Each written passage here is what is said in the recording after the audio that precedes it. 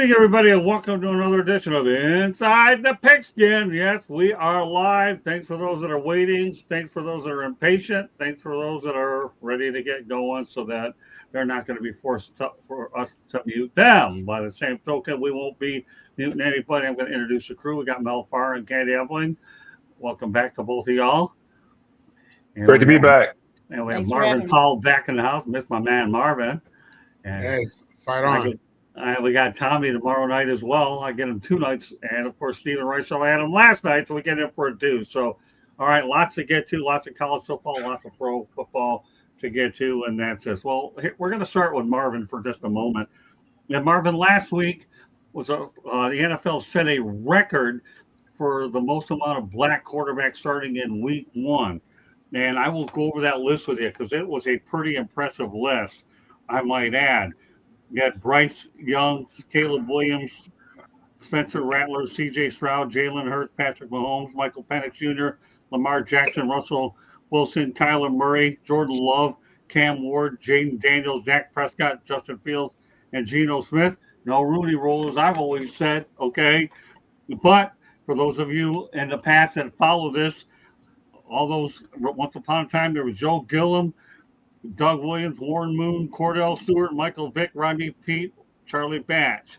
Okay, Marvin, what are your thoughts about the progress that's been made in that department? It says a lot, obviously.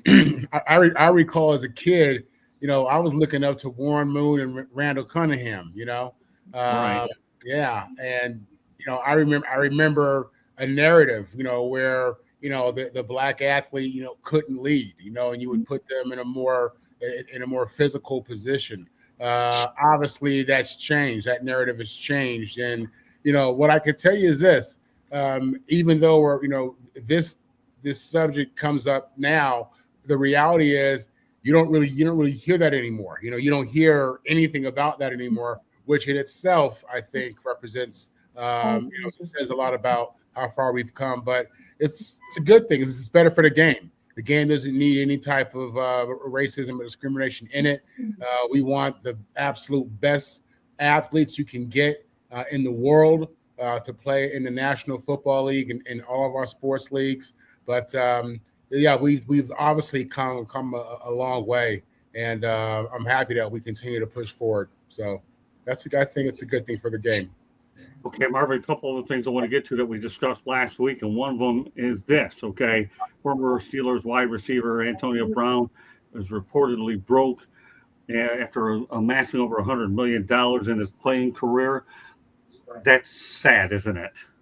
It's sad if it's true. When people say they broke, you got different levels of broke. So I don't know. I'm serious. So I don't know, what broke is to him, what that really means. But listen, at the end of the day, I think that, athletes are no different from any other young people or people, out here in America and the world. Financial education is something that not a lot of people have, a lot of people graduate from college without financial education, without knowing really how, what to do with money. So you get that in combination with the fact that he's about to get he's got a lot of money, and he got it at a time where maybe he didn't know the best thing to do with it. I can believe it. I think that's a lot of people. I think that's most people would do that. So it's sad and it's crazy because it's such a big number. But it happens. I think stuff like that happens more often than you think. As crazy as it is, it's just that when other people lose a lot of money, they're not famous. They don't play for the Steelers, so you don't hear about it. But it's sad. Hey, Joshua Dorr, okay, the only food topics are the fillet of topics that we're dealing out tonight. So I hope you can go out there and get that as a first-class hint to not be muted or follow the Dylan Lozinski approach. I hope that message resounds loud and clear. All right, we'll continue on to this next topic with Marvin, and that being this, okay? You've got Josh Gordon selling his Super Bowl ring for 138 grand. My goodness, Marvin, is that what they go for these days? I guess, listen, it's his asset to do what he wants to do with it. You hate to see that, but Listen, listen. We've all been in a pinch before. You know what I'm saying? Everybody, that's ever gone for it and ever been ambitious with their life, and risked it all or whatever, or been young and dumb. We've all been there. You got that asset and you want to, should I hawk it? Should I go ahead and get some money? You hate it for the person, man. You hate it for the guy. But that's just real life. That's real life for a lot of people. So, you know. All right. Well, I'm glad we had a chance to get those out. So now onto what else we have here. The Chiefs are 0-2, and I'll tell you, they are and have lost three in a row, coming to the Chargers, the Eagles twice. So what do they have to fix over there? We know we got Andy Reid and you got Patrick Mahomes and Travis Kelce are the ones that are certainly know that there's a lot of work to do. Let's start off with you, Mel. Well, and Marvin knows this. Winning is difficult at any level, and it's really in the details. And it's not a major thing that they need to do. It's that they probably need to get back to and looking at and refining the details. What is, in the running game, being able to run the football even when they know you're going to run the football.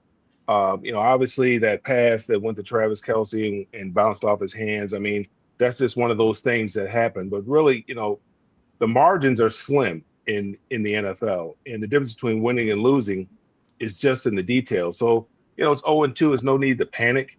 It's still a long season. Still got 15 more games to play. None of them are going to be easy.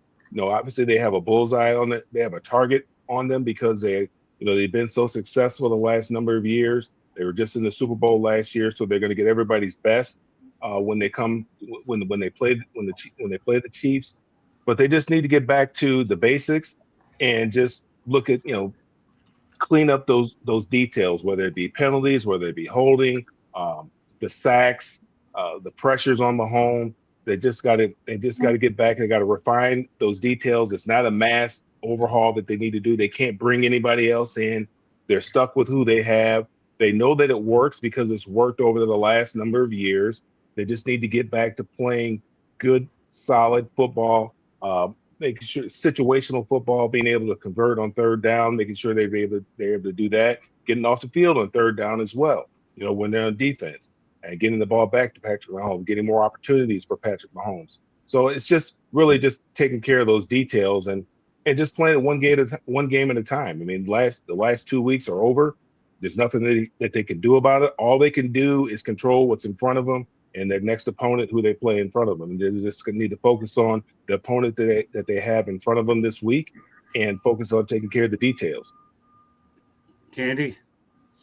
Yeah, like Mel said, the Chiefs have been at the top of the AFC for the last couple of years. So everybody's gunning for them. I mean, they're all looking to they all are trying to measure themselves up to the Chiefs. And so they're trying to beat them.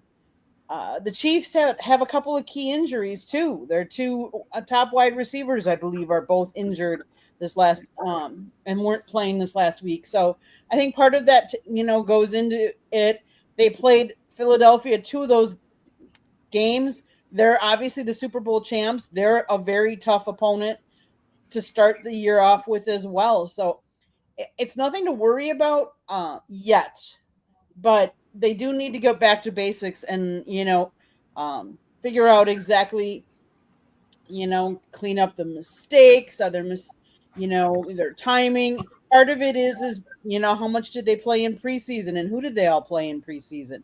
Right. They've got to, and they're going up against, like I said, tough opponents. And their first game was overseas, so that you throw the first game overseas and then you bring the Eagles and play the Eagles second week. That's a tough 2 weeks right there. Marvin?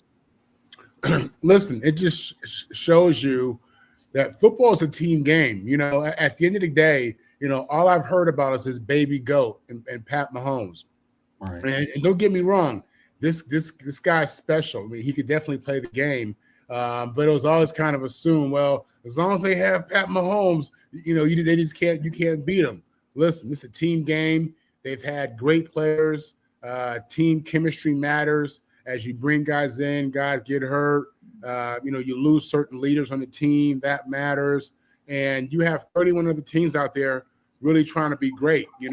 It's competitive. This league is competitive. And that's why when you get a Tom Brady who's able to go to so many Super Bowls, or you get, a Pat Mahomes who's able to have so much success so soon, we think that's special because it's so difficult and so competitive in this league. So, for them, I don't know. They got to get some guys healthy, I guess. But this league is competitive. Nobody's getting any lay down wins. And if they don't get it right, they could be looking at reality like every other NFL fan in most years. Tommy. Well, look, they lost to the Chargers, and the Chargers are obviously off to a very fast start with their win over the Chiefs and then beating them.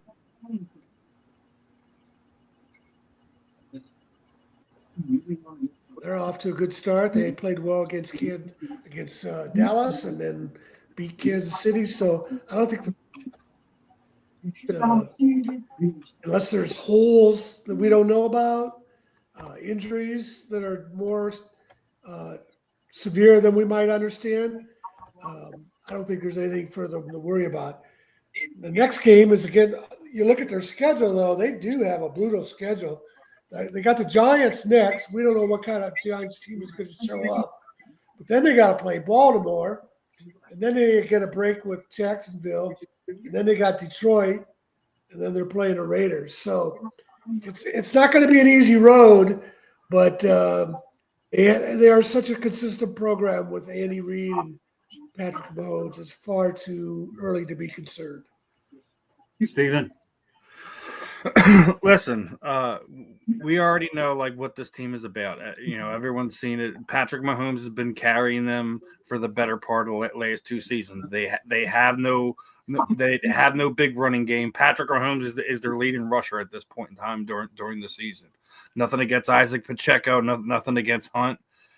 They are one dimensional. So at the end of the day. As Candy already said, you're down to your third receiver as being your number one right now. So there's a lot of things going on. It's early in the season. The sky is not on fire. I'm sure Kansas City fans might think it is, but not ready to set everything ablaze yet, but yes, there's things to concern. We're 2 weeks in the season. They need to clean some things up. They'll find their stride. They'll find ways to get production. Their defense is playing outside their mind right now, and everyone's freaking out because they're 0-2. They just played two of the top defenses. Two teams that had top 10 defenses in the National Football League. So at the end of the day, if you're a Kansas City fan, yes, I'm pretty sure you think that the world hates you right now. But we're week 2. If we're talking about week 8, week 10, week 12, and you're sitting there after a couple big losses, I get it. This is the first time Patrick Mahomes has lost 3 straight games in his professional career. We have to go back all the way back to 2016 since the last time that Patrick Mahomes lost 3 games in a row. It's okay. Things happen. It's not going to be the end of the world for Kansas City. They'll figure it out. They will be a playoff team. We'll have to see how good that AFC West is and what the AFC is doing. But I'm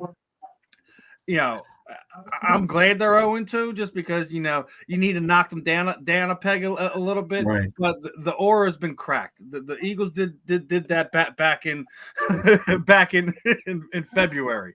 Yeah. But the aura has been cracked. They're not invincible. They don't have everything going their way, and we've seen that over the past 2 weeks. Travis Kelce knocks out their number 1 receiver. There are there are things going on that doesn't normally happen in Kansas City. I get it. It's not over. They will make the playoffs. We will see them come January. All will be right in the NFL world. I hate to bring this up, but if there's ever a time that they could use a guy like Tyreek Hill, it would be now. He would definitely. Listen, But I mean, at this point in time, it might be worth losing a first round pick and maybe a player here or there to get Tyreek to come yeah, back. you never know. And I got news for you. I hate bringing him up, and I won't too often. But there's a time when maybe a Tyreek Hill sighting wouldn't be the worst in the world. Hello, Eddie Prather. Glad we have a fresh person in the chat room. He did a great job with his debut. Take note, Joshua Door, last Wednesday night. This guy was great, man. He was great. He came from underneath the camera and lit it up. But yeah, Tyreek Hill, he probably would have helped this cause out. A lot more things to get to tonight. Yes, we are having some nice numbers. Well, we are growing the platform. We're working really, really hard out there. Not everybody has to comment in the chat room. Sometimes people are just watching it everywhere. So there's a lot of different ways to get viewers, and we just want people to have a good old time. That's for sure. From the looks of it, it's all YouTube. So yeah, it sounds like it to me. A lot of it, if not all of it, is YouTube. So the hard work is paying off, guys. Just relax. The numbers will get there. We will get to the giveaways. Calm down. We want to thank everybody on our YouTube side for joining us, and we have a lot more great content coming down the pipeline. So thanks for working with us, and we'll do our best to make sure that a lot more is covered. Thanks, everybody in the chat room and on YouTube. A lot more ground to cover. Things are looking a little bit ugly in Westwood, though. Oh, my goodness, are they ever looking ugly in Westwood? UCLA fires coach Deshaun Foster after 15 games. He's 0-3 this season, loses to Utah by 33. UNLV, New Mexico, playing in front of about 10,000 fans at the Rose Bowl, and they could go 0-12 with the only possible win against Northwestern. But it gets even more interesting in Westwood. The UCLA lease at the Rose Bowl runs through 2044. They have no room for an on-campus 40,000-seat stadium, and there's obviously UCLA has a budget of about $500 million, but no place to put it. My goodness. No, and Nico Lamaleva, well, he was 10-3 over at Tennessee last year. What's he doing at UCLA? He is 0-3.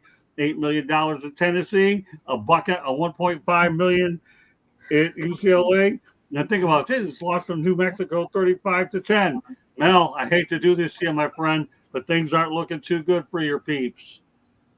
Actually, they're looking up. Things are looking better. Understand this: Nico doesn't play defense, and he needs help.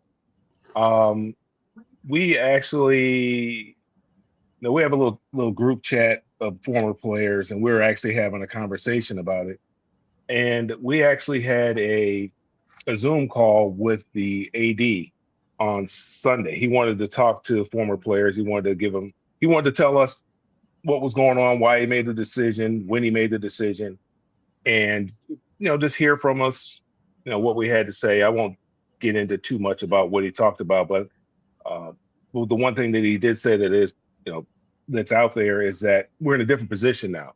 Now that we're in the Big Ten, and there's money available, and we have a new president or chancellor there at UCLA that came from the University of Miami, and he understands the importance of having a successful football program.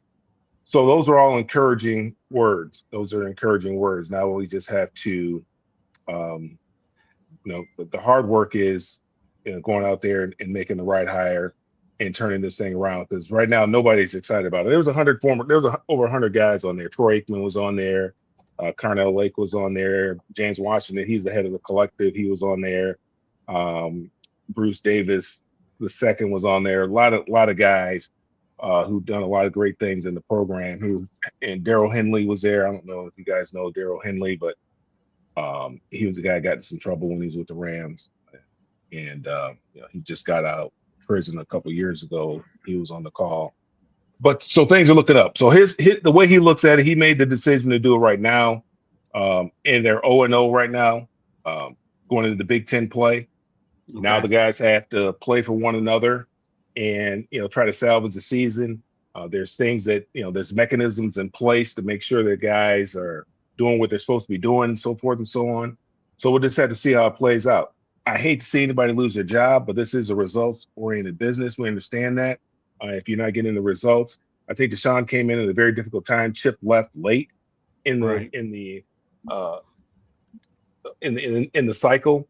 And Deshaun had taken a job with the Raiders, and then Chip left, and then everybody wanted him to come back, and it was a difficult situation. They were transitioning from the Pac-12 to the Big Ten, and unfortunately, it just didn't work out. He got an opportunity. Unfortunately, it didn't just work out. He's a great guy, but it just didn't work out. Now we need to go out there. We need to hire somebody. We need to get the program back to where it was. I see you smirking over there, Marvin.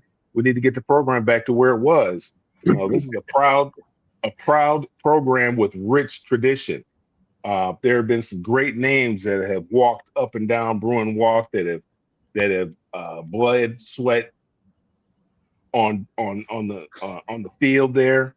You go all the way back to Jackie Robinson. Kareem Abdul-Jabbar, Bill Walton, Arthur Ashe, Jackie Jordan Kurtz. I mean, we have a rich history, a rich tradition at UCLA, and we need to get back to that and thumping USC on a regular basis.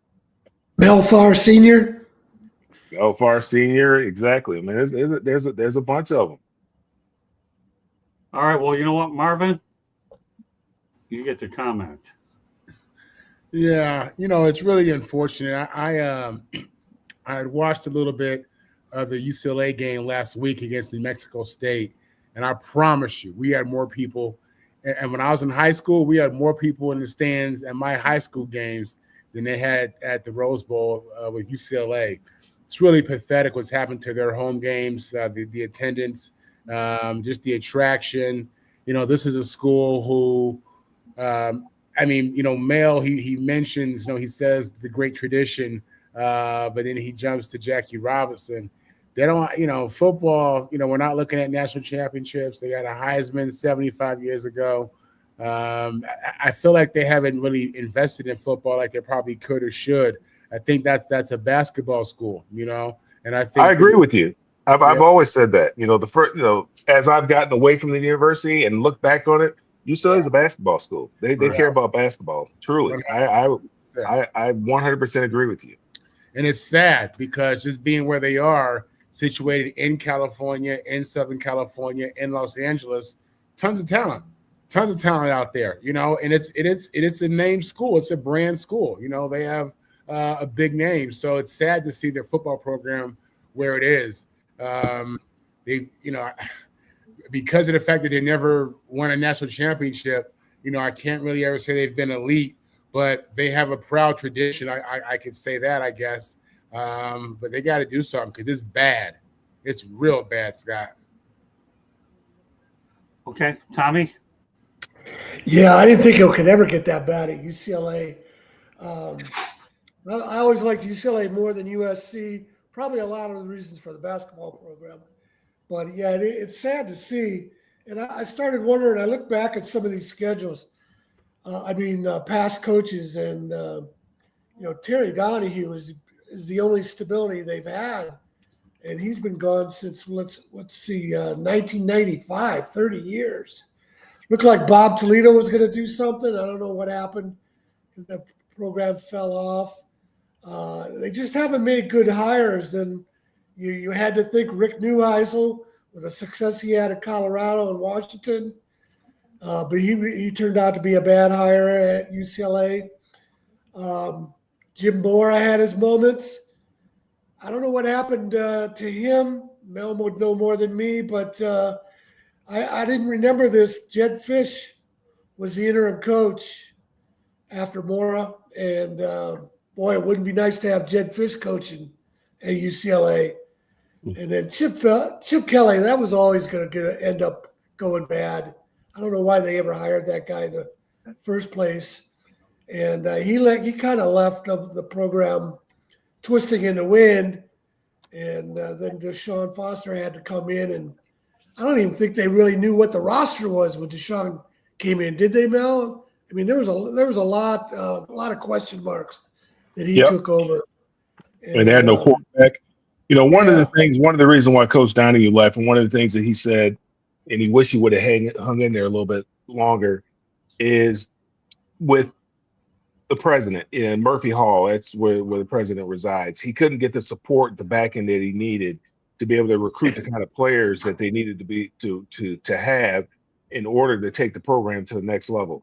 Now we have a new guy in there, came from the University of Miami. Now this was a long time ago. There's been a couple of them since then, but now we have the guy who before this guy who's in there now came from Miami. He wanted UCLA to be the Harvard of the West. Well, that tells you what the recruiting standards were, how the recruiting standards were. Now, granted, Stanford was still doing well. They were always nationally ranked at the beginning of the year. UCLA was still kind of just out there. Now we have somebody who says that he understands the importance of a successful, thriving football program and what that does for the university as a whole, recruiting not just athletes, but also recruiting students there as well. So we'll just have to see. Now, he's only been on the job, I think, since January. So we'll just have to see how this all plays out. But it gives us an opportunity now where, with Chip, we were late in the hiring cycle when he left. Now we're early. Now we got a lot of time to figure out which direction we want to go and who it is that we want to hire. And we want to make sure that this is a destination, not a stepping stone. This is not a stepping stone job, where you try to make a name for yourself and parlay it into some other job. This is a destination job. You want to die here at UCLA. You want to, like the stability we had when Coach Donahue was there. You want somebody that's looking to be a lifer here at UCLA. Obviously, Deshaun would have been, this was the destination job for him, but it just didn't work out for him.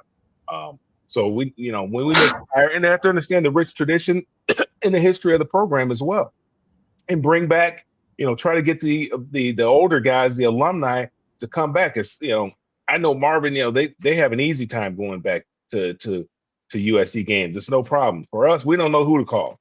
I mean, you call. It's so difficult to get a hold of somebody, and then when you do get a hold of somebody, they don't even know who you are. You have to explain who you are in order to try to get something. So those are some of the things that we talked about on the call. He claims he didn't know it, but that's been going on in the program for a long time. That just isn't with this, it hasn't been just going on the last few years. That's been going on for decades. Really?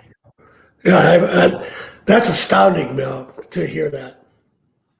All right, Steve, do you have anything to say about this?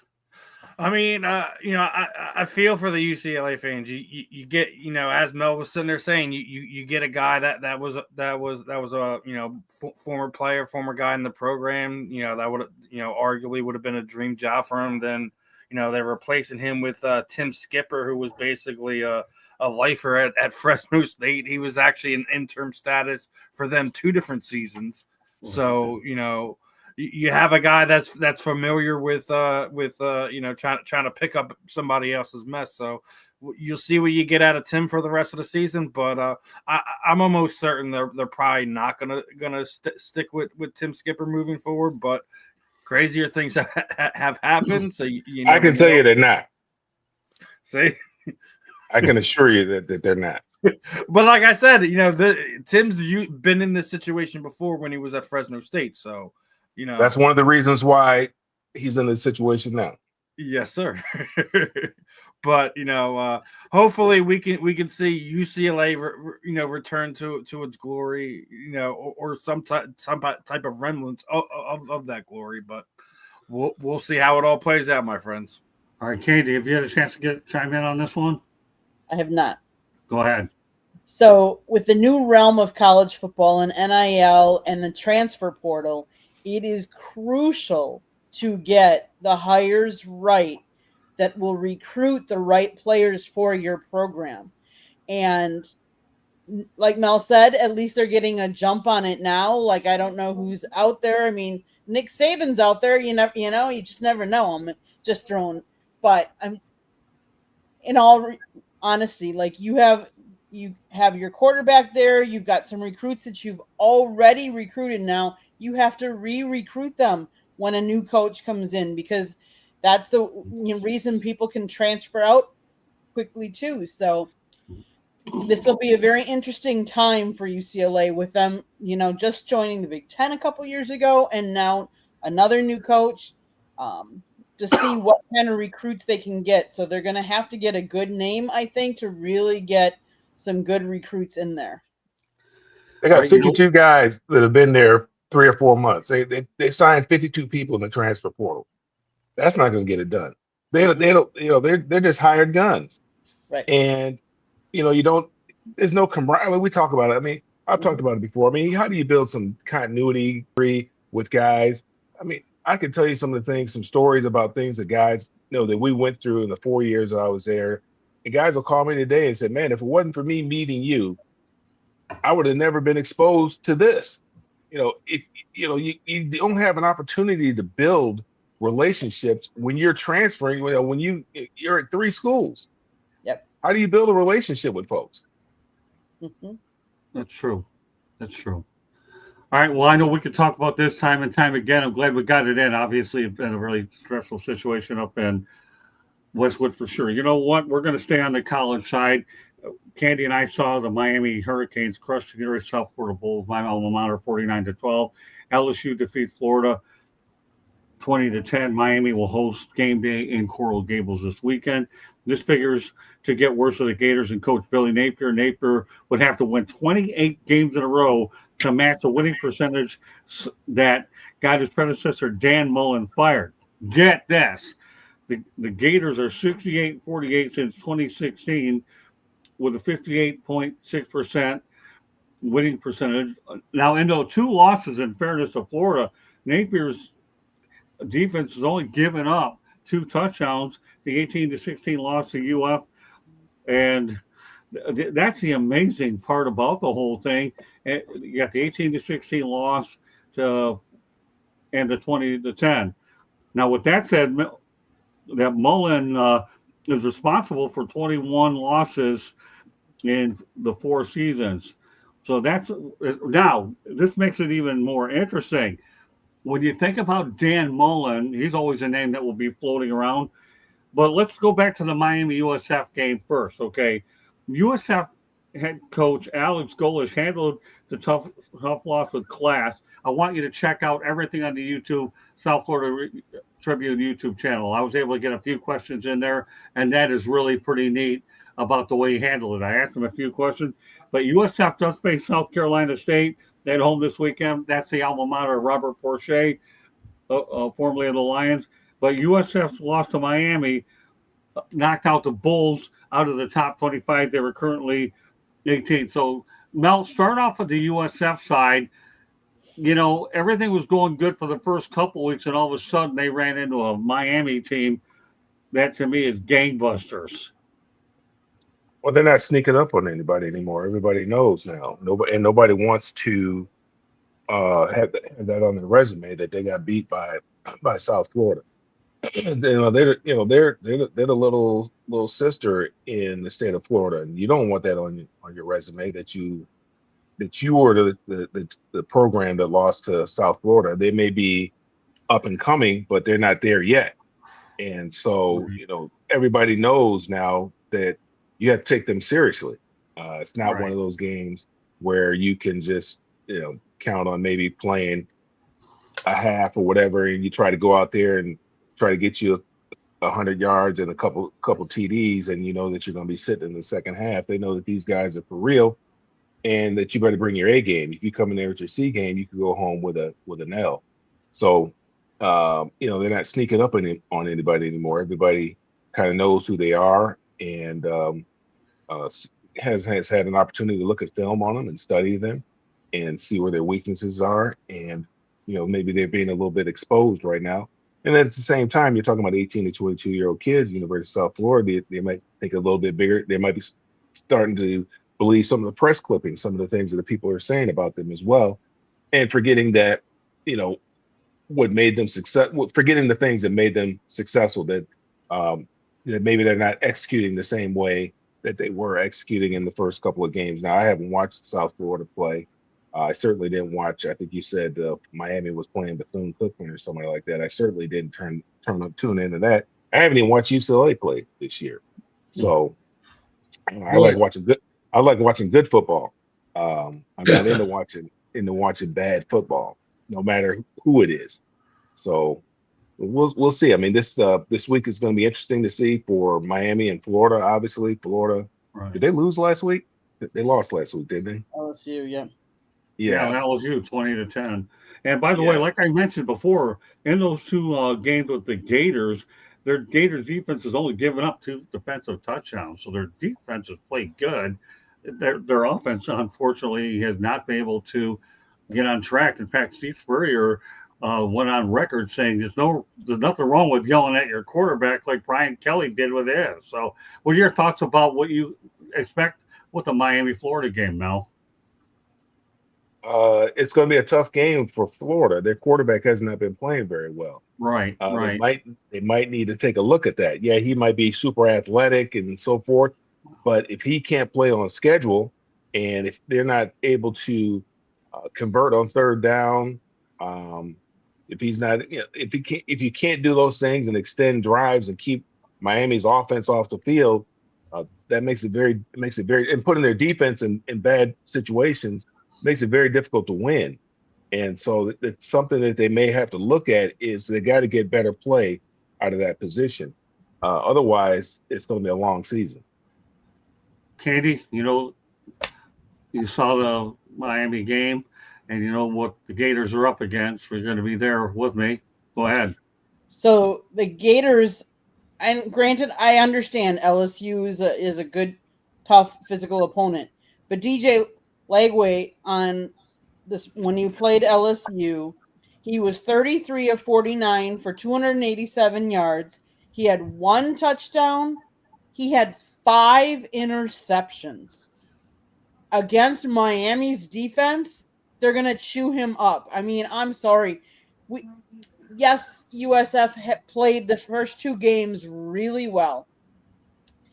And I think that gave Miami some really good film. And I think their coaches really looked at that, because I would say from being there on the field, we really disrupted Byron Brown and their USF quarterback. And his timing with his receivers just wasn't there. He felt rushed a little bit. We were getting good pressure on him.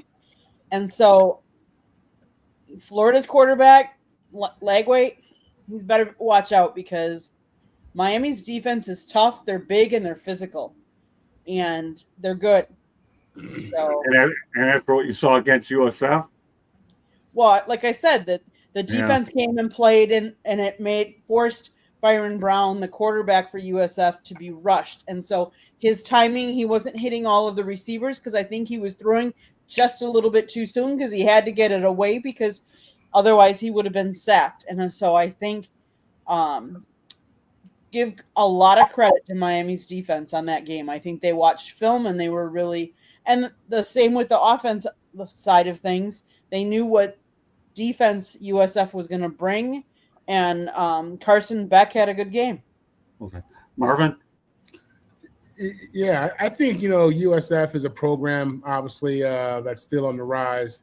The big 3 in Florida obviously is Florida State, Florida, Miami. I think they played a good Miami team. I don't think that they're a bad program. I don't think it means anything about where they are. I think it's early in the season, and they'll continue to get better. I think that Mario Cristobal and the Miami Hurricanes are much better than people realize, in my opinion. I think the Canes are for real, and I think we're seeing it here a little bit. Florida, I don't know what's going on with Florida. Their quarterback Lagway was a big name coming out of high school. His recruitment was such a big deal. Coming into his second season, you would expect to see something different. I guess it was brutal last game, but right now in the state of Florida, I think the Miami Hurricanes are definitely running the show. Tommy. I think we learned more about Miami from the USF game than any of the other games. Right. I watched a little bit of that game because I know Byron Brown. He's from Raleigh, so I was interested for that reason. And I know what the final score was, but USF was making some plays. They were competitive in the first half. It's still a game until midway through the second quarter, maybe late in the second quarter. Right. So, and what that says about Miami is that they were getting stronger as the game went along. They were able to take control of the game. They weren't the Miami team that has folded like they've blown games in the past last year. But Florida, yeah, they have all kinds of trouble on offense, but geez, give that defense credit. They only gave up 20 points to LSU, and they had Brian Kelly yelling at sports writers for asking questions about the offense not doing better. Right. So Florida's defense must be doing something right, because Brian Kelly even had to apologize. Didn't have to, but he did. For Brian Kelly to apologize, that's saying a lot. Sure is. Stephen? Well, as we were going over all this, right? Because I agree with Tom here. With we learned more about Miami from the USF game than we did the prior 2 weeks. But also agreeing with Eddie here that what we see going on here with Florida, I think Miami's about to unleash a whooping on the Florida Gators this coming week. If you're a betting fan, stay away from this one. This one could get ugly quick, because it's not looking like Miami's anything of an organized team down there. But USF looked pretty good a few weeks ago. They're like the third cousin down there in Miami. So you have to temper your expectations right there. And Carson Beck looks good down there in Miami. So you got to tip your cap to him and see how he's going to look. Over the next month or so, to see is Miami for real? Can they make a run this season? So we'll see how it all plays out, fellas. Well, Candy and I have an interesting situation. Okay, here's what we have. Painting the picture for you. I'm the one who has to do the dirty work, or is volunteered to do the dirty work going in the visitors' press conference, so it could get ugly. I volunteered to go to Alex Golish's, and she got Cristobal. I'm the one who's going in the visitors again with Billy Napier. And if this thing gets ugly, oh my goodness, I can only imagine what's going on there, Marvin. Vigilant. I promise you, Marvin, and the rest of y'all, I will have stories to tell up the wang, no matter whether we got 25 or 2,000 on YouTube. It don't matter. Keep subscribing. I got stories, people. But I got a few with Golish. I can only imagine with the Napier situation. Candy, all you got to do is just keep hitting that record button and let them all get in there. And I'll do the dirty work over with the Gators side. It'll just be an interesting way to see. But I truly think in this case, Miami should have no problem storming past the Gators. I really do. I think the Gators right now are really mentally whipped by a lot of people. They're alumni. They're all calling for Billy Napier's head. It's not going to get any easier. As we mentioned last week, there are 4 opponents are against top 25 caliber competition. So it's going to get interesting how we play it out in prime time. And, USF had problems the other day. We had a lightning delay, too, and that only prolonged the agony for the Bulls. So unreal. So let's stay on the University of South Florida side. This is something here which I really, really, really take very seriously, and I don't like it, but it's part of the nature of the beast. Former University of South Florida coach Jim Levitt was accused of battering 2 people, including his ex-girlfriend, and stealing Louis Vuitton bags worth over $5,000. Levitt built the USF program from scratch, and is supposed to be inducted in USF Sports Hall of Fame on October 2nd. Now, I'm going to say this, that we have an update. The charges have been dropped. Therefore, anybody that thought he should ever go ahead and that should be rescinded, I think is wrong, because number one, innocent till proven guilty has always been the way I've always thought of it. And I'm glad that cooler things worked out. But there was a sports writer in the Tampa area that thought it should have been rescinded, but I'm glad it worked out this way. So Mel, you know the situation, whether if this had become more serious than it turned out to with Levitt, should he have still been enshrined in the USF Sports Hall of Fame, even though it's a given foregone conclusion that he will? Yeah, I don't know enough about it to really comment on it. This is the first time I'm hearing of it. And, what I can say is when you're talking about domestic things, you got to be real, real careful. Right. And it is not, sometimes because of situations that can have an effect on a person's career, things get rescinded. Um, the the person who's being battered could be someone could be manipulating them or forcing them to rescind things because this could have long-term ramifications on his career, Right. obviously. So without knowing, having a lot of information and then really not knowing the details of it, I can't say one way or the other, this should happen or this shouldn't happen because unfortunately, um, a lot of, in the court of public opinion, and that's what generally matters. And then, you're looking for, this is somebody who you're going to send your 18 year, you send your 18 to 22-year-old or your 18, 17, 18-year-old kid.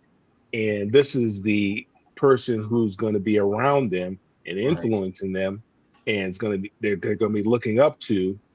And so that's a lot. When you decide that you want to be a coach at one of these universities, you have to be above and beyond reproach. And, you know, I don't know what he's doing right now. But I would think that I don't think he's that old of a guy, is he? I'm not sure. I think Um, it's in his 68. 60s. I mean, 68. so I mean, I don't know if he's retired, semi-retired, or what the case may be. But where there's smoke, there's fire. So something happened. Otherwise, police wouldn't have been called. We wouldn't be having this conversation. So it's very difficult without me really having all the information for me to comment one way or the other, saying he should or should not be removed from the Go ahead. list Go ahead, for Candy. You can consideration. research this if you want to. So he served University of South Florida from the football program's inception in 97 to 2009, compiling a record of 95 and 57. So as a football coach, I mean, he's coached from Missouri to Iowa to Kansas State to South Florida to he was with Colorado, Oregon, Florida State, Florida Atlantic, SMU. He's done a lot of coaching. Um, as far as those charges, I, I'm kind of on the fence with like what Mel is. Until we get all of the facts, it's real. I wouldn't rescind anybody without knowing all the facts because yes, you are innocent until you're proven guilty. Um, maybe what I would have, until we got more facts, you put maybe if you had it planned, you put it on hold and say we need, whatever. Um, but we live in a world now where sometimes people falsely accuse people of things as Right. well, and it goes both ways. So we just have to be very careful that I think the truth has normally a way of working its way out, and that's what we need to rely on. Marvin? No, I don't think that his candidacy for the Hall of Fame should be impacted by that at all. I think it should be separate. To be honest with you, I think people pick and choose when they want to be upset about somebody else's life and what they do, and what they do. A lot of people at home, are in toxic relationships where things are happening and things have happened. Relationships evolve, and things that people can tell you who are older that back when they were young, they were reckless and wild and crazy, and they're not like that anymore today in relationships. So at the end of the day, it's allegations that I guess you're saying have been removed, but no, it should not impact his ability to be in the hall. Tommy? Yeah, I only know what I've read about it. It's a strange story. He's 68 years old, and he's losing his temper with an ex-girlfriend at her apartment Doesn't say how old the ex-girlfriend was. Right. And there was another guy around that he shoved in the chest. But the police decided, or the prosecutor, I should say, decided there wasn't enough evidence to go forward with to prosecute him. I kind of agree that maybe it's not enough to keep him out of the Hall of Fame. But you got to wonder, how dumb is this guy to be 68 years old, getting in a fight in an apartment with an ex-girlfriend? That just makes no sense at all. I think USF is trying to rehab him a little bit. I'll go over to Stephen, then I have a couple stories I'll talk about the coach. Go ahead, Stephen. Well, you were all over the place with this one. I didn't know from your topics what we were talking about. I had to listen to everyone talk first. Well, that's why I waited for you at the end so you could get a handle on it. Now you have a handle on it. At first, I thought you were talking about the Dolphins coach. Well, don't worry, the Dolphins are next. Don't worry, the Dolphins are next. Was at first. Well, that's a good. But look, from what I could see from articles that are written, that Jim got in an argument with his ex-girlfriend, and I guess there was an altercation where he grabbed her arm. They charged him because apparently there was some Louis Vuitton purse missing. They charged him with that on top of the domestic battery. I don't think anytime you get in an argument with a girlfriend, you should be charged with some type of things along these lines. I think that before those charges are brought on, that there should be a proper investigation, as Eddie was kind of alluding to.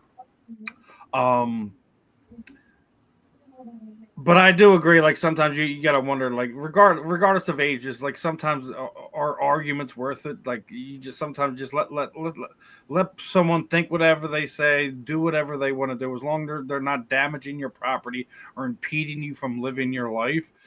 Let them say whatever they want. We need to learn better of de-escalating these type of situations, regardless if you're a 68-year-old man or a 23-year-old man. You can't let words get the best of you. We tell athletes all the time, don't get instigated into a response because somebody said something out of some crazy nonsense. A lot of times, when you're dealing with an unhinged toxic F, they're trying to get a response out of you, so you wind up getting in trouble. So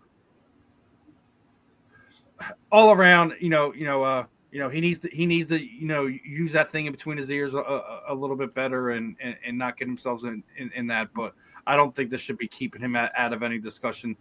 From what I'm seeing, like I said, it was just he grabbed her arm. He probably should just let her walk away. Yeah, and I'm sure by now he's done anger management. Here's what I know about Jim Leavitt.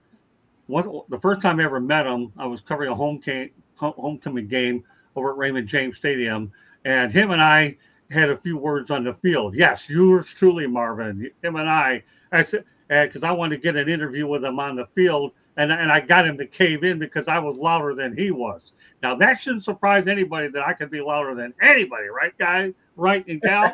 So he agreed to do it when I was louder than him. Hey, let me ask you a question. You want to promote my alma mater that you're – and then all of a sudden, I'm looking at him with the old big old stare down that Clubber Lang would give Rocky. Okay, I'll do it. And then it came out, and then our paths out later.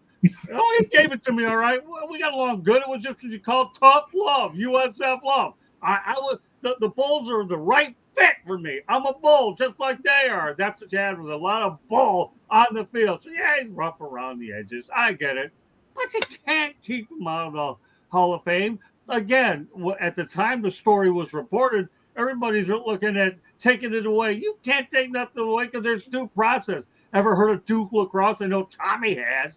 Okay. Ever heard of Trevor Bauer? Yeah, look at all these false accusations. You can't do that, and it cleaned itself out. Now, I'm a little disappointed in a writer that went out there and made these things, or you should take it away without getting all this. I won't mention his name because I actually used to work with the guy, but get real. I hope on the same token at the Hall of Fame that he's able to clean his mess up, because that makes our industry look bad. All right. Now everything was all settled. Now you have to rescind what you had done. So let's face the reality. If you're going to write it, you better own it, because now he was more innocent once the facts got out. Now, Jim belongs in the Hall of Fame. And I'm going to tell you something. Without Jim Levitt, there wouldn't be any USF football. The USF Bulls wouldn't have been number 18 when they went out there and took on Miami over the weekend. I wouldn't have had the unbelievable game experience just to be around this university. I'm proud of both universities, Miami Hurricanes and USF Bulls. And it just, to me, is unbelievable. Now, leave Jim alone. I hope the writer comes to his senses and owns up to it as well. I really, really do. Now, let's stay in Miami with the domestic thing here, because Steven was definitely right. I was going to attack this one next. After all, he does know me well. Miami Dolphins linebacker, outside linebackers coach Ryan Crow, who should be eating crow, okay, was arrested in Fort Lauderdale after a domestic disturbance and has been placed on administrative leave. All right, Mel. Miami violence. Oh my goodness! This as if the Dolphins don't have enough problems as it is being 0-2.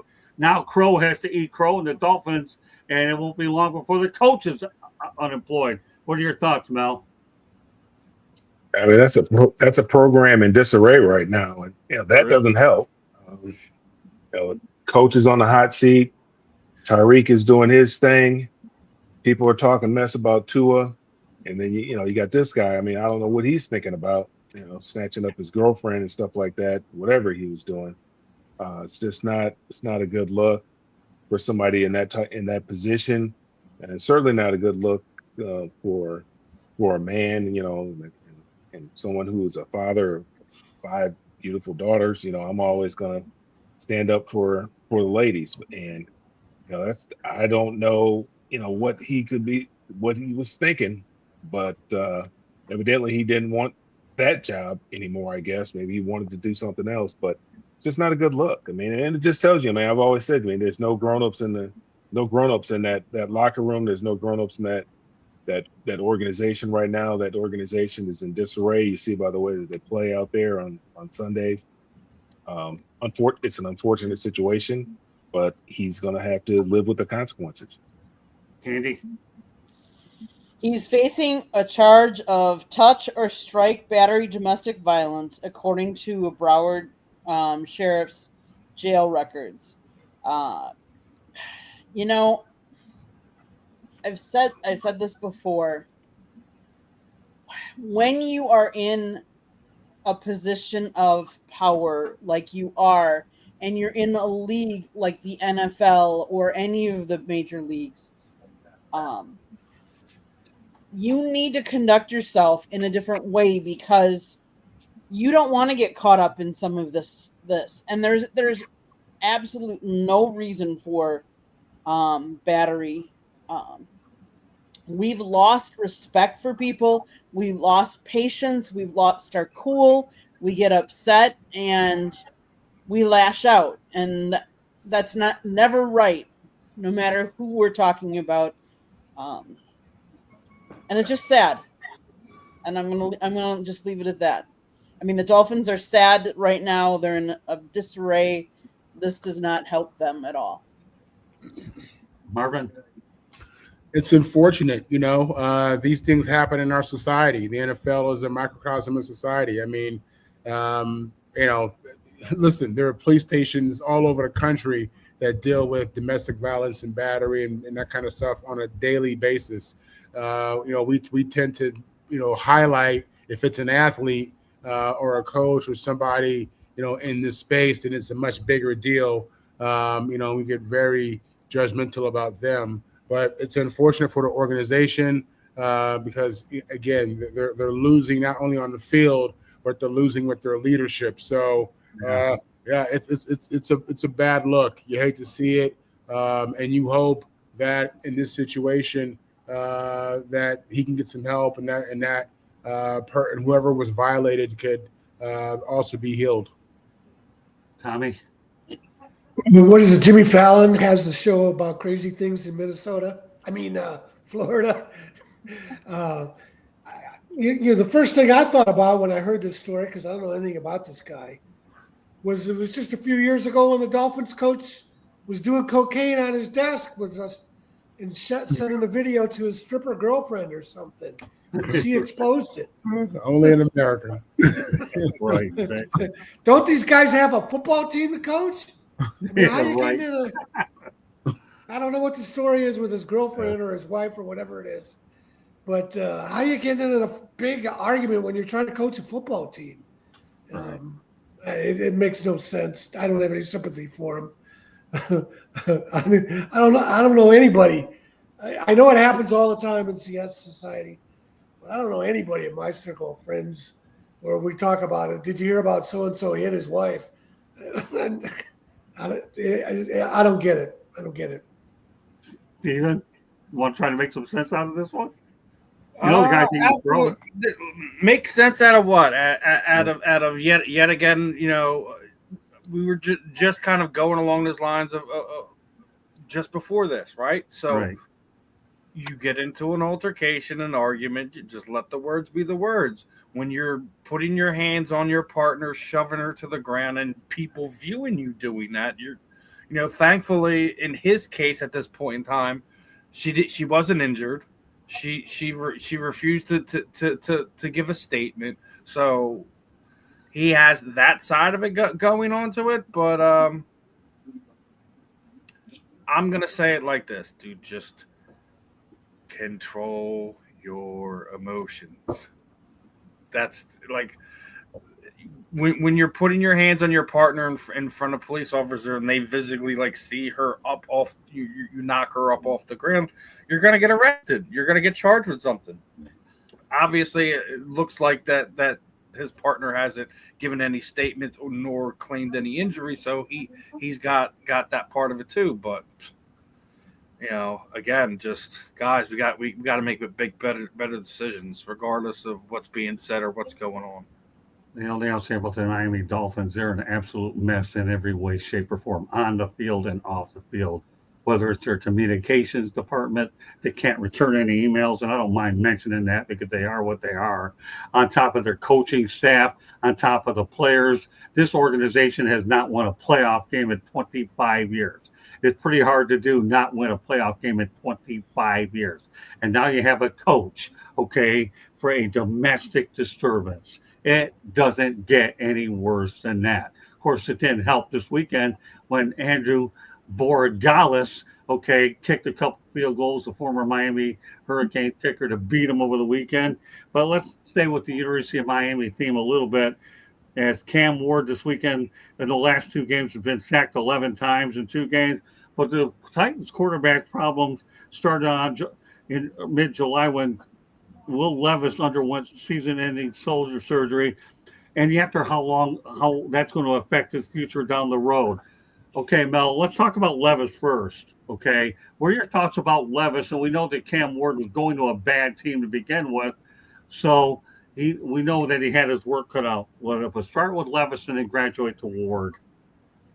Well, I mean, it's pretty obvious. Is Levis was who he thinks he is, or who the player he thought he was. They wouldn't have drafted Cam Ward, and then they drafted Will Levis. What, the second round or what was it, second or third round a few years ago? I mean, He was one of those guys. He's one of those players that people were talking about that could be potentially a first round draft pick. Some people were very, very high on him. If he was as good as advertised, they would have drafted Cam Ward. So there's no controversy there. Cam Ward is the quarterback. That is his team. And, the only way you can get better is to play. And the NFL is different and I know he's got a lot of snaps under his belt because he's played a lot of football at 3 different universities, I think it was. And he's played a lot of football, so he's seen a lot of stuff. And he's just going to get better as time goes on. The NFL it's a different game. These guys, it's not incarnate word where he started out. I mean, these guys are impeccable athletes, and they can run, and they're big, and they're fast. And the coordinators, they're sneaky, and they game plan for you. And what he's doing, probably, if he's been sacked so many times, he's just holding onto the ball, trying to make that perfect play or that big play. You just got to take what the defense gives you. Sometimes you just got to live with that. And it may just be dinking and dunking for right now. Eventually, that's going to loosen it up so you can get that shot downfield. But you just got to trust the process, trust his eyes, and just let it fly, just like he did in college. He's just got to let it fly. Don't sit there and try to make the big play. Look here, it's going to take a long time to prove that he can't play. It's not as long as it used to. I mean, they got quick quick leashes on these kids now, but he's going to get at least 2 years to prove that he can't play. So he just got to go out there and take advantage of all these opportunities, take advantage of all the snaps. I know he's in the film room, but he just got to trust what he sees, trust his training, trust his coaching, trust what he's seeing in practice, and he just got to go out there and let it fly. All right, Candy, again, this is a two-part question. It's all about Levis getting hurt, and then we know about Cam Ward. Go ahead.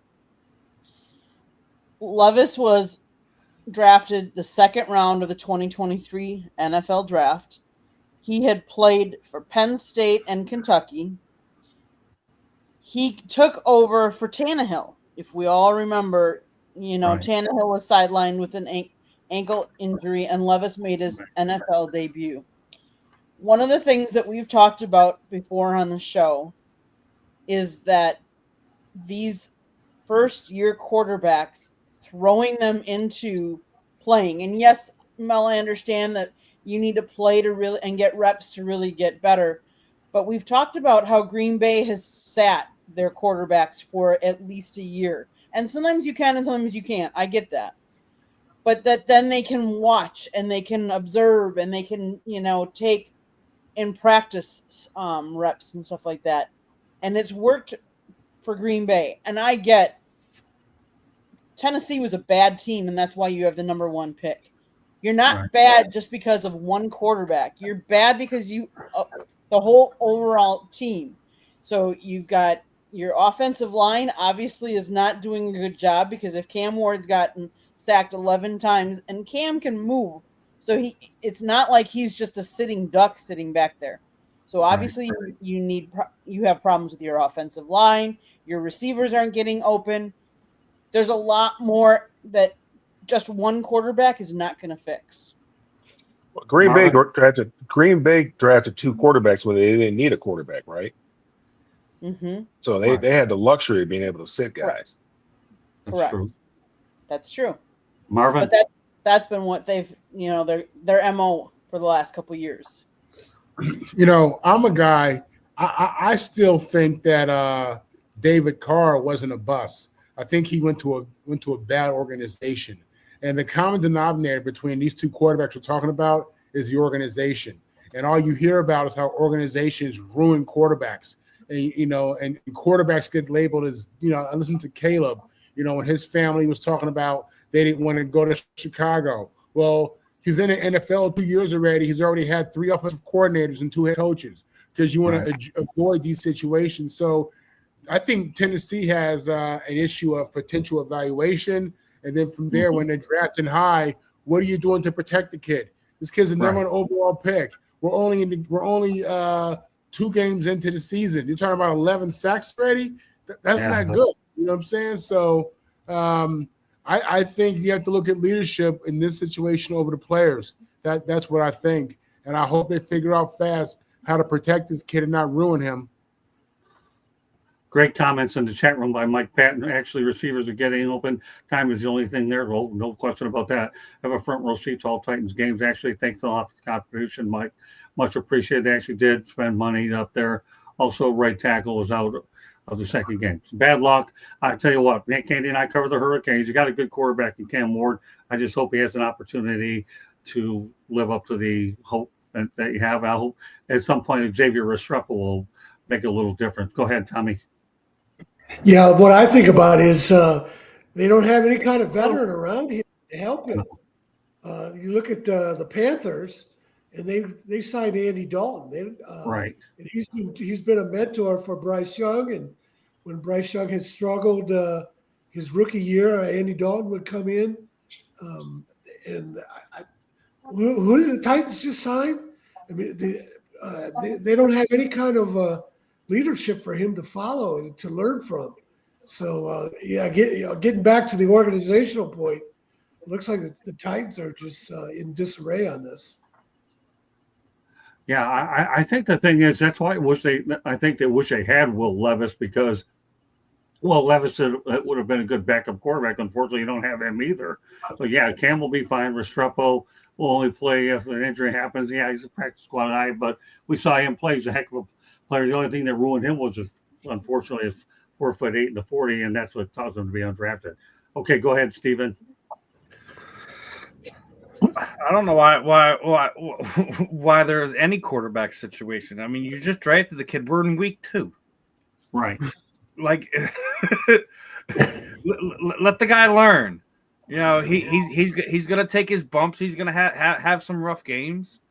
He's gonna have games where they're gonna lean on him, and you're gonna have to see how he responds. So, I mean, I'm not worried about Cam Ward. I am worried about the organization because they've been an absolute shit show for the better part of the last handful of years. You know, they have. You have to see what direction they're gonna take this in. We'll see what it's going to be, but I mean, you'd like to have some type of legitimate, veteran leadership that there. You don't really see any. I mean, outside of Mike in the chat, I'm sure that none of us can name more than 5 players on that team. So I mean, you have to see what the Titans are doing. I mean, that they were a very good franchise for a long period of time, and we talk about one of those dirty little C words, culture. Man, culture's a thing, and if you don't have it, then it's going to be a tough thing for a young quarterback, for a veteran quarterback. They need to build that franchise out, and I can't actually sit there and say I think the Titans are going to be, trending in the right direction. So we'll see what happens. But I like Cam Ward. I hope he's successful there. Hopefully he can be the barometer of change there for what's going on there in Tennessee. Yeah, I'm rooting for Mike. Pat, by the way, you're welcome to come on any show you want. We'd love to have you as a contributor. I don't know if you know who knows him, Steve or whatever, but Mike, the door's always open. I love what you bring to the chat, and we certainly love to have you on camera, on the air. So feel to reach out to us either in our chat or go to South Florida Tribune at gmail.com. You're always welcome to come on our network anytime you want, Mike. Thanks a lot for your input in the chat room. All right, let's go back to college football. This is a really interesting one, a Southeastern Conference. Should Tulane LSU rivalry be restored? Once upon a time, Tulane was an original member of the SEC, leaving in 1965. LSU leads the all-time series 68, 23-7. The last time LSU and Tulane played was in 2009. Tulane coach John Sumrall says, heck, we won't even go to Baton Rouge, and maybe we will even play one in the Superdome. I don't know why we don't play. I want to play LSU. Well, you know what, Tommy? You're in college football. What are your thoughts about Tulane and LSU? Would you like to see it? Sure, they're in-state rivals. LSU doesn't have a state rival. All the other schools are Group of 5. Tulane is Group of 5, of course, but they do have a long history, and they're in New Orleans. But a lot of the major schools won't play someone within their state. Bo Schembechler would never schedule the Michigan MAC teams. Ohio State would never schedule the MAC teams with Woody Hayes. That's changed now, and they're running up big scores on them. If Tulane is confident they're going to invest in football, and they are they're riding a good streak here with John Sumrall coaching. They were in the American Conference Championship game last year and lost to Army in the final, and they're off to a 3-0 start. And even though they lost their quarterback, their $8 million man to Duke, so it's on LSU to not be afraid to play them. Well, think about it. You mentioned another interesting point. Then I'll turn it around to everybody else. Arkansas and Arkansas State played for the very first time. I always wonder why they never played. That's interesting. Yeah. So, you know what, Marvin, take a shot at this. What do you think of both Arkansas and Arkansas State and Tulane against LSU? Listen, in regards to this Tulane LSU thing, college football is in the day of NIL. It's admirable that the Tulane coach is the one saying he wants to play the game, because the reality is Tulane isn't, they're kind of like UCLA. They're not committing the resources to football like Wow. the big boys are, you know. So yeah, it's admirable and it's cute until you have to line up against a $40 million roster. You know what I'm saying? And your kids have the highest GPAs. I mean, it's, you know, so you know, Wow. regards to Arkansas State, Kick a program when they're down, man. Don't worry. We're not gonna be down forever. kick them, set them on fire. What you mean? We're not gonna be down forever, man. Get them in now. Yes, you have, and yes, Get you them will. all in now. But no, in the day of NIL, I'm surprised that any of these small schools won't play big schools because it's such a horrible product on TV and demoralizing for the kids. Candy.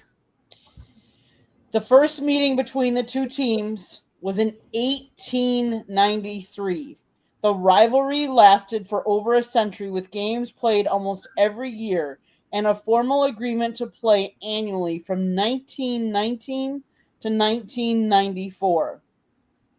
Now, financial considerations, particularly the desire to keep home games at LSU's Tiger Stadium, led to the rivalry's cancellation in 2009. The 2006 contract for the two teams to play annually for 10 years ended prematurely due to a dispute over whether to play in New Orleans or Baton Rouge. Really? Okay. Mm-hmm. Oh, Yes. shit. Yeah, I mean, nobody has an answer for the Arkansas State game. They just played for the first time. What do you think, Mel? I'm not really interested in seeing more bad football.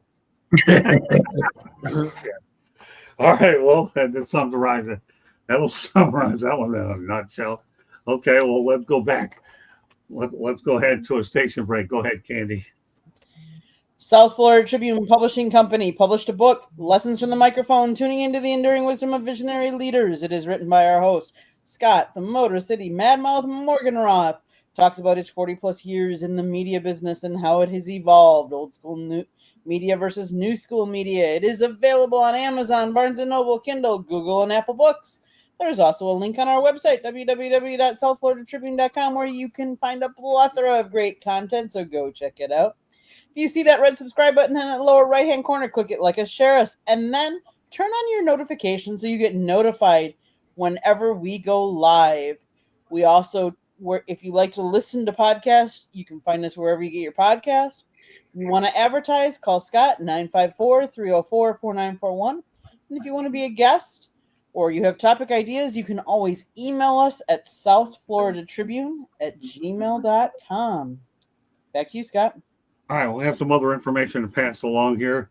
Matthew Stafford, when he beat the Titans on Sunday, has now defeated 31 of 32 teams. The last team left is the Pittsburgh Steelers. He won't see them until 2027. Tommy, what are your thoughts about that? Well, he's been around for a long time, so he's had plenty of chances. Not always a good chance with the Lions, but what has he got? 4 or 5 years with the Rams now? So that's a pretty good Super Bowl championship to go with it. But yeah, all right. Yeah, so he's been around the league a few times. I'm sure that's not unprecedented. I'm sure a lot of guys have done that. Right.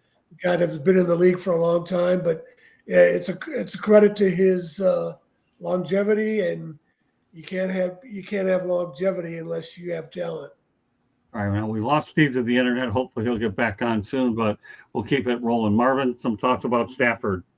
Yeah, I mean, again, it's not just his longevity, but his longevity and his success on the field, because it's tough to win in this league, and the fact that he's been able to go through the entire league for the most part and collect wins, it says a lot about his status and who he is as a future first ballot Hall of Famer. Not surprising, considering he's in year 17, 18. He's been a starter in most of those years. Candy? So, okay, hold on. When I was looking it up, I found that there are 4 quarterbacks that have actually, hold on.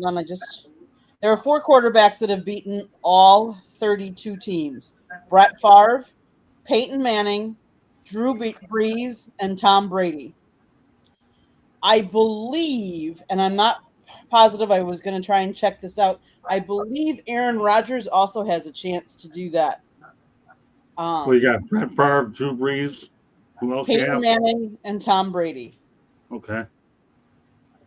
They're the 4 quarterbacks that have beaten all 32 teams. Peyton Manning. Yeah. Okay. I I mean, obviously, one of the things you have to do is you have to play in the league a long time, but you also have to not play for the same team in a long time. Now, right. True. I know I had just read Aaron Rodgers had talked about it, and I think he's beat almost all of them, but he's also beaten some teams that are no longer even teams anymore, that have moved on to other franchises and stuff like that. But I mean, it's a testament to how long he has stayed good at his craft to be in that role and to be able to try and accomplish this. Okay. All right. Who have we gone to so far? We've gone to Tommy and Candy, right? Yep. All right, Marvin. Yeah, I spoke on Matt Stafford. Oh, okay. All right. Mel. So Mel. Okay, Mel's left. I'm sorry. Thanks, Marvin. That's all right. Well, Candy really kind of stole my thunder there. So, I mean, I think everything's been said on it. I mean, in order to beat all 32 teams, you have to play for 2 teams in order for that to happen. And so not everybody gets that opportunity. Obviously, it's a testament. You know, you have to be around for a while. You have to be good for a while. You have to be playing at a high level. You know, all those things have been said. So, yeah, I mean, it's just really a testament to the player that he is and who Matt Stafford is in the NFL. Okay. I actually would I was correct. Aaron Rodgers has a chance to do it this year as well because he does play Pittsburgh and they do play the Packers this year. That's the only team that Aaron Rodgers has not beat. Okay. I'm actually surprised that it's only 4. I would have guessed more. Joe Montana? Or are we talking about maybe some expansion teams in Montana wouldn't Well, play? there weren't 32 teams when Montana played. That's the difference. Yeah, but I imagine guys like Montana have beaten every team they played, every team that was in the league. Yeah, there's a little bit of there could be a little gray area there. I give you that one, Tommy. Okay. Lesser teams, but I get it. Go ahead, Mel. What were you saying? No, I agree with them, but there weren't, there were only 30 teams, I think, when Montana played. I don't think there was 32. Right. If it was, it would have been much later. I don't know. Yeah, I don't know. Well, good subject. Joe Montana beat all 28 teams that existed during his career with the 49ers and Chiefs. Yeah. Great idea, Tommy. I'm with you. 28. I'm sure Johnny Unitas beat all 16 teams. Yeah, right. No, there you go, Tommy. Bringing that old school philosophy. Well, let's stay in the you were there. You were there, weren't you? You and Scott, you guys were there. Yeah, all right. I guess he's trying to throw the age card at us, right, Tommy? Okay. Yeah. When he watches us in action tomorrow night, he'll be able to throw that age card even further. All right, let's stay with the Tom Brady theme. Tom Brady and Chip Kelly discussed Raiders' offensive game plan 2 to 3 times a week. Big deal. Apparently, the NFL doesn't think so because Brady was in the booth again. And let's face the reality. Jim Harbaugh beat the Raiders. Mel, what do you think? Do you think this is a bunch of clickbait, or does Tom Brady have every right to be wearing a headset up in the booth? Not in his current job. No, I don't think he should be. I think conflict of interest. I think there's a huge conflict of interest there. And look here, I mean, this is the Deflategate guy, right? Oh, I didn't do anything. Yeah. I had nothing to do with the balls being deflated. Right. I mean, come on now. I mean, this guy wants to win at all costs. I mean, he says that. I mean, he's a competitor. So yeah, I don't think he should be in the booth with a headset on. And not in his current capacity. And it's not like the guy needs the money anyway, broadcasting. I mean, let's be honest. I mean, he's okay. He's not very good. But, he's Tom Brady. He's the GOAT. So, I mean, he can do what he wants to do. But in the capacity that he's in, he should not be wearing a headset in the booth. Candy? So here's my thoughts. He can wear a headset in the booth as long as he's not part of any of the pre-production meetings where he goes and talks to the coaches and is privy to that information. If he's literally just thrown in game day, sitting there calling the game like all the rest of us could, that's different. But the minute you go into some of the team meetings and your prep work, you get to hear what they're trying to scheme for, what they're trying to do. And I heard that he's calling one of the games this weekend. I think it's the Bears game, and the Bears play the Raiders the following week. So, How can you be a good color guy if you're not in the production meetings? I understand, but he's played the game. He knows it so well. Does he really But you're providing more insight than just your knowledge of the game. I mean, that's what you're supposed to be doing. I mean, Right. You had the production meetings. You go in those meetings to find out more about the players, situations that are going on. I mean, I don't have to tell you guys. I mean, we all listen to football. We hear what they talk about. Mm-hmm. Okay. Marvin? Yeah, you can't have any type of competitive advantage in those situations. The conflict, if there's a conflict in interest or if that's in question, that's a problem. So that should be addressed. On the other hand, it's Tom Brady. You're talking about the most successful quarterback in the history of the league. I think it would make sense for Chip Kelly and Pete Carroll to incorporate him into anything dealing with that team's offense. I think that just makes sense for them. But yeah, if that in conjunction with his position at CBS, there should be no competitive advantage. So that would be an issue for me. Yeah, well, the bottom line is he's a resource. He's a resource is what he is to him. I don't know what else to say. The NFL doesn't seem to have a problem with it. So what else can I say? Yeah. They're letting it go. Tommy? Yeah, it doesn't make any sense to me. I mean, does he want to be a owner or does he want to be a TV guy? Right. Obviously, he's got to sit on those production meetings to give a good analysis to the TV viewers, so they learn something from the game. And the only way he can gain good information is if the coaches and the players that he's talking to can trust him. Why would you trust him if you're from the Chicago Bears? Hank Stram. I always remember this Hank Stram story.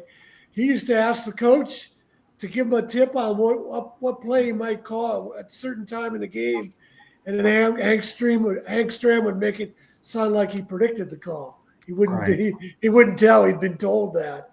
So I put it on Tom Brady, and the NFL should come down on. Is he an owner or is he a TV guy? Make up your mind.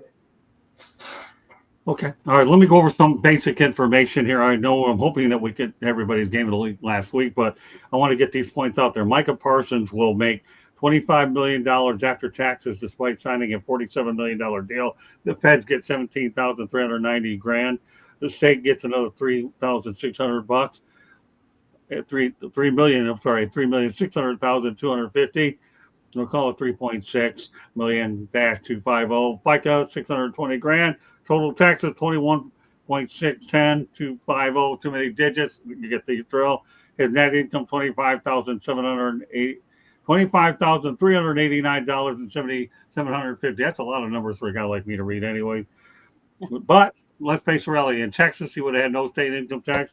He doesn't care. I guess he's just happy to be a Green Bay Packer. With that said, okay, just want to make sure we break down the particulars of that contract. Now, our buddy Kirk Herbstreit always had something to say about things. He says, I know it sounds crazy, but I applaud Dallas in letting Micah Parsons go. It feels like Dallas did the right thing. Now, keep in mind, though, the Dallas Cowboys did sign Jadeveon Clowney a couple days ago as a depth for that pass rush. Mel, what are your thoughts about Kirk Herbstreit? Do you think he's a little bit out to lunch on this one? Well, I mean, he's entitled to his opinion. I don't agree with it. When you draft someone, you should and you hit. You should be chomping at the bit to re-sign him because now you're saying, "Hey, we did a good job," and also showing your other players that we're committed to investing in our own homegrown talent. We want to draft our talent, and then we want to develop our talent, and we want to keep our talent. So no, I don't agree with it. Now, I mean, there's a couple sides to it. I mean, I can understand why Jerry did it. It doesn't make any sense. I can understand what he's saying as to the reason why he's telling everybody that he did it. But I don't think that his intentions were to do that, because if he really wanted to do that, he would have done that back in March, back when free agency began. He would have shipped Micah Parsons out at that particular time. Now maybe he didn't have a dance partner then. I don't know, but no, I don't think that was. I think the timing was terrible for it. And the type of player that Micah Parsons is, I don't think it. And then look at what they're doing. They can't rush the passer. I mean, they can't get off the field on third down. Look how they're performing right now. They signed they signed Clowney because they don't have a pass rush. Right. Now, is he the answer? Is he the answer? I doubt it. I mean, if he was the answer, he'd have been on somebody's roster. He's 32 years old, obviously past his prime, really never lived up to his, all the potential that people thought he had. I've always said I really question how much he loved the game. He made one play against the University of Michigan, and all of a sudden, he just blew up, and that was it. He made one play. That was it. That's all I ever saw. He flashed one time, and it was only because he slanted into the ball carrier, and that's how he made his hay, and how he became the number one overall draft pick, and he lived off that for years. And Candy and I were there to watch it, right? Candy, go ahead. We'll let you take the segue on the Parsons one, though. Well, I mean, obviously, I'm on the other side of it because I'm a Packer fan, so I'm on the receiving end of that Micah Parsons deal. How do you trade away someone that is proven in the now to get draft picks that you have no idea if they're going to pan out? You say that you want to win now. You're not like foregoing the season or anything like that, but yet you do it right before the season. Like, the timing was just awful for everybody, and even Micah said that. Like, but he's making his presence felt in Green Bay. From what I've heard, he likes it, but let's face it, he's been in Dallas for how long? And Green Bay is very different. But did Jerry make the right move? I don't believe so, but that's my opinion. But what are your thoughts about Kirk Herbstreit's analysis? We've already talked about this a lot. Do you value a lot of what Kirk has to say, Candy, or not? Normally I do, but in this regards, no. Okay, good enough. Marvin? It's a crazy comment for him to make. Yeah. In week one, all you heard about was how horrible the Giants were. The Giants go to Dallas in week two, and Russell Wilson throws for 450 yards. What do you mean it was a good deal? They barely could beat the Giants, who are horrible, and an old man Russ. So I think it's insane. And to think that, for you to think that he really likes it in Green Bay is like Hickory, North Carolina compared to Dallas. Okay, there's no way in the world he likes it out there. Listen, the fans are great. I've been out there. I spent a little time with the Packers. Fans are great. It's football city, but no, that boy 1,000% would rather be playing for them Dallas Cowboys and living in Dallas. Yeah, I'm with you, Marvin. I think Kirk Herbstreit's I like his analysis, but I think he's way off base on this one. What do you know about Hickory? What do you know about Hickory, North Carolina? Yeah, exactly. There you go. Hey, man, you'd be surprised, man. Hey, I've lived life, man. I've been out there. We had a store at Hickory. Hickory is used to be the furniture capital.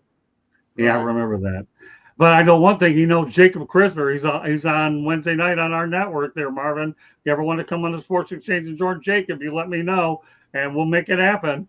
I had a chance to meet him in person. He came out to we had an NFLPA event talking about prostate cancer. Jacob came out, nice guy. I'd love to be on the show. Give me a heads up. I'll do that. He's on every Wednesday night on the Sports Exchange around 9:00. We'll put you in there one of these days. I got your thing. We'll make it happen. So he's on there. All right, Tommy, some thoughts. Yeah, you don't think about Kirk Herbstreit towing the company line for Jerry Jones. So it is a strange comment because generally Herbstreit, you do like what he has to say.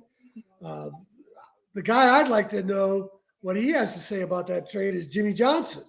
Yeah, right. Jimmy Johnson, of course, traded Herschel Walker when they were a bad team and rebuilding and got a lot of players in exchange for it. Jerry's taking all the credit for that. Right. Well, Jerry Jones is talking like, we got all these players for him. They're not a rebuilding franchise. They're supposed to be playing for the Super Bowl every year. I don't get it. Herbstreit's comments were kind of interesting. That he was talking about Parsons' behavior on the sideline at games, that it was counterproductive. But I also blame that on Jerry Jones because he didn't keep the guy happy. He had a franchise player and he didn't keep him happy. All right, just giving everybody an update about what's ahead next week. Okay, we'll be spending more time on Joe Burrow. I know that he's having surgery on his toe, but the Bengals, meanwhile, have added Sean Clifford and Mike White as backups, along with Brett Rippon as well for Jake Browning. And also, I believe what Desmond Ritter has been brought in to back up Carson Wentz as J.J. McCarthy got hurt. But we'll follow up on those stories next week. We're not going to get into them now. Our last segment of the night is this. Everybody's game, their top games last week. Go ahead, Mel. Top games last week. Well, I like what game stood out.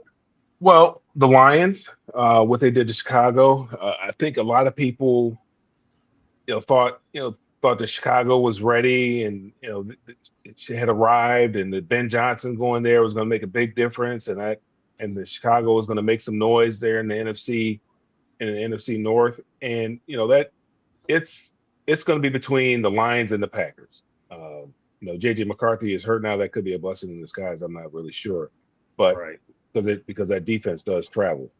But the Lions putting half 100 on Chicago was nice, especially the way they played in the preseason and the way they came out week 1 against Green Bay.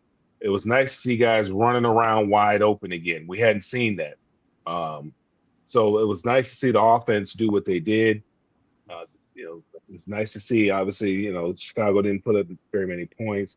And there's some doubts now in people's mind about, Caleb, the relationship with Caleb and Ben Johnson, whether or not that's going to work or not. But I don't put a whole lot into that. But I think that was, that stood out to me, the way that they responded after really an embarrassing loss week 1 to Green Bay.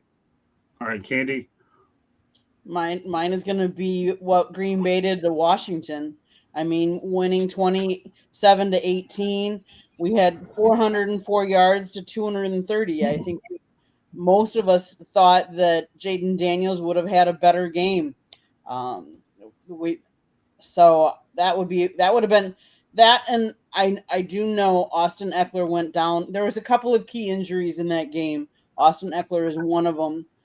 You hate to see that, but he went down early. So their running game took a back seat then, I think. And that wasn't going to make a difference. Yeah, I felt bad for Austin Eckler. I had a chance to meet him, Marvin. Everybody else over at the Super Bowl. What a nice guy. Gave me a few minutes of his time. What a class act. Hate to see that for Austin for sure.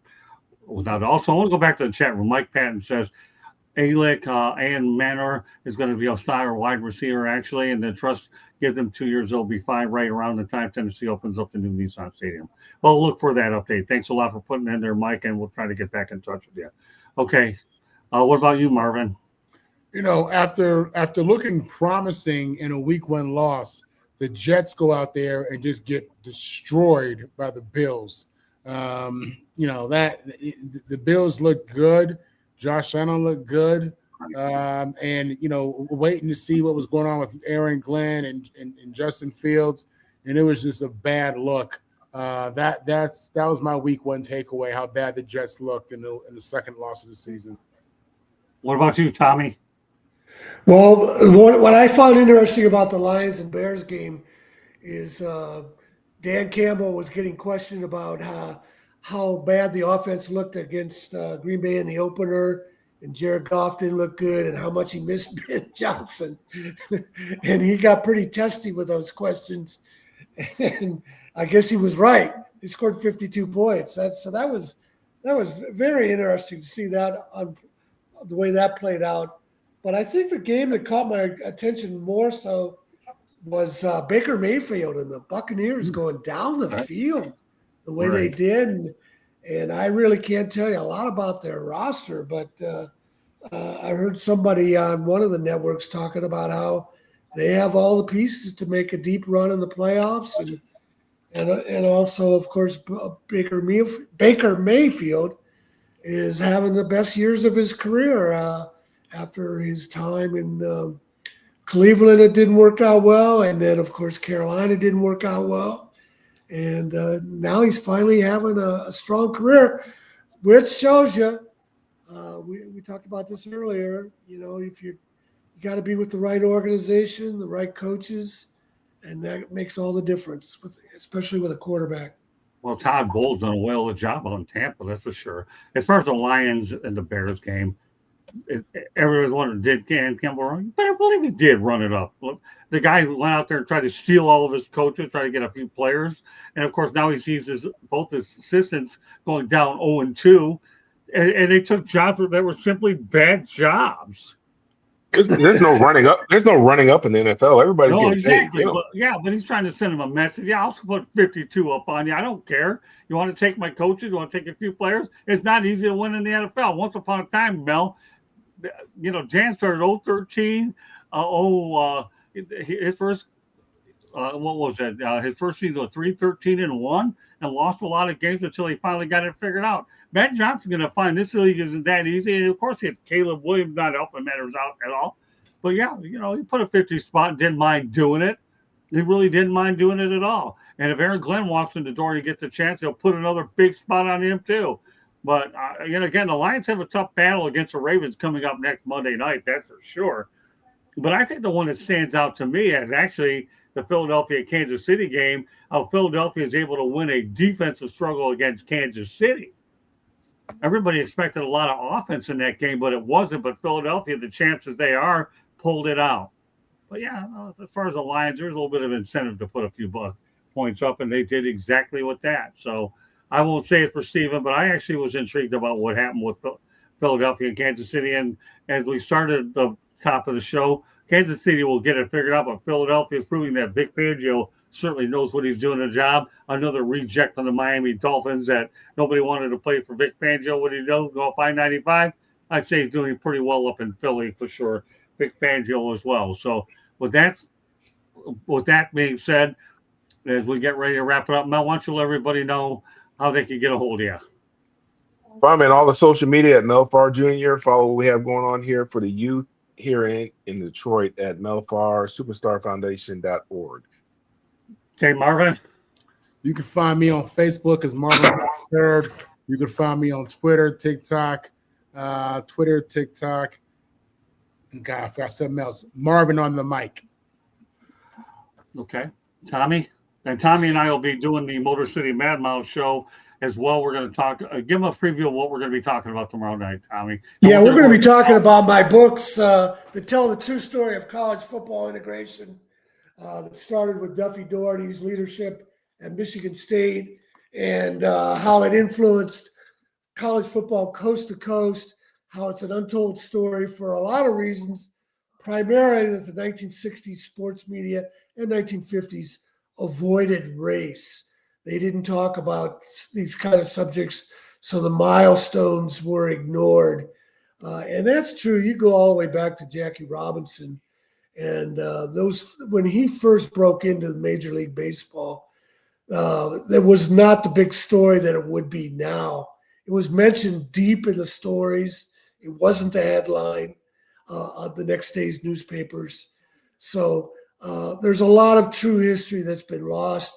And it's not only unfair to Duffy Daugherty, but all the black players that desegregated programs in the South, like Jerry Levias.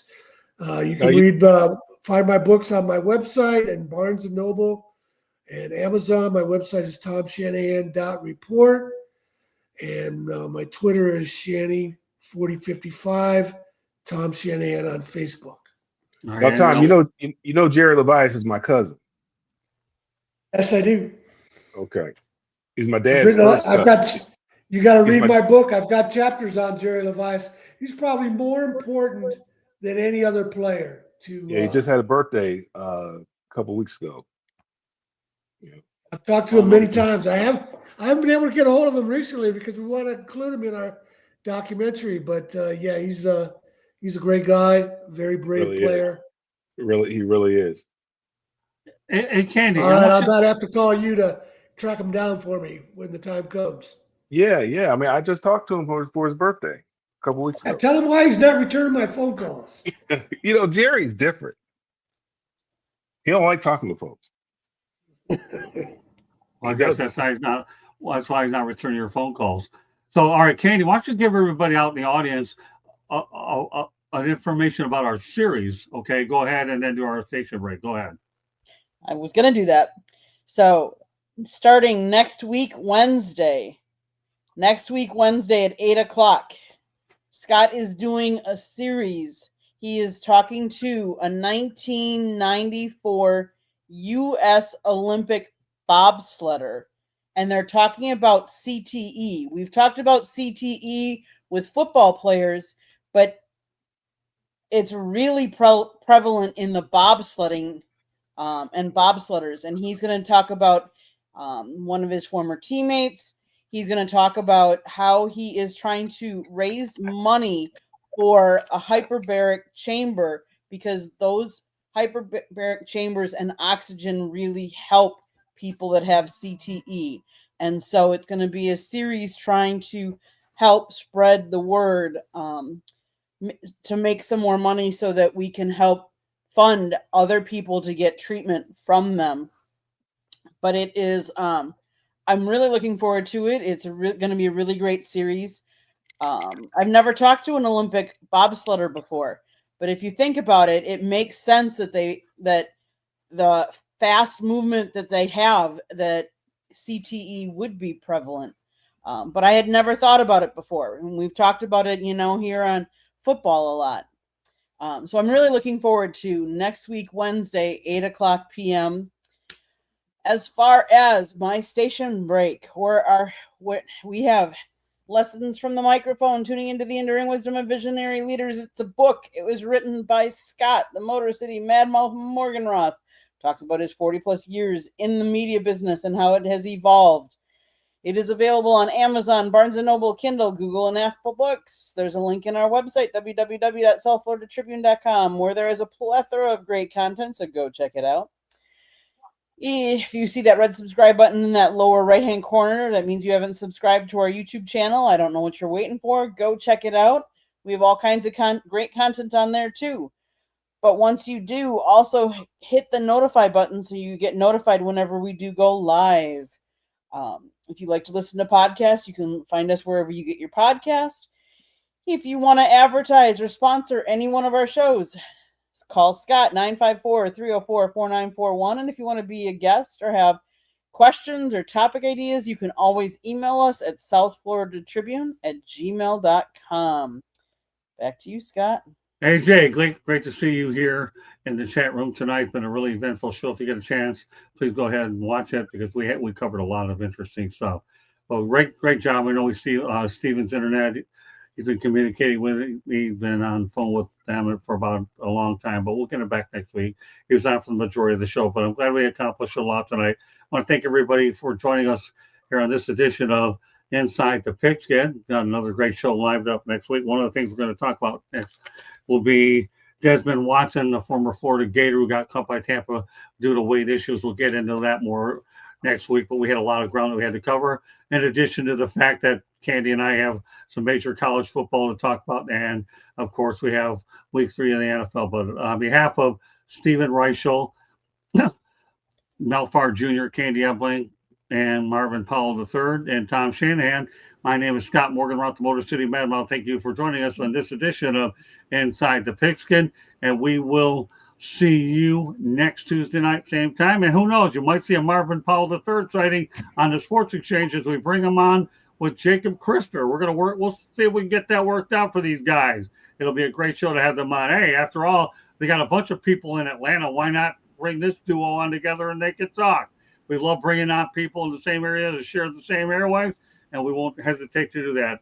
But thanks to everybody that participated in the chat room, and I want to thank our crew, all of them in their entirety, and we will see you next Tuesday night. Good night, everybody, and God bless. Bye now. Enjoy the weekend.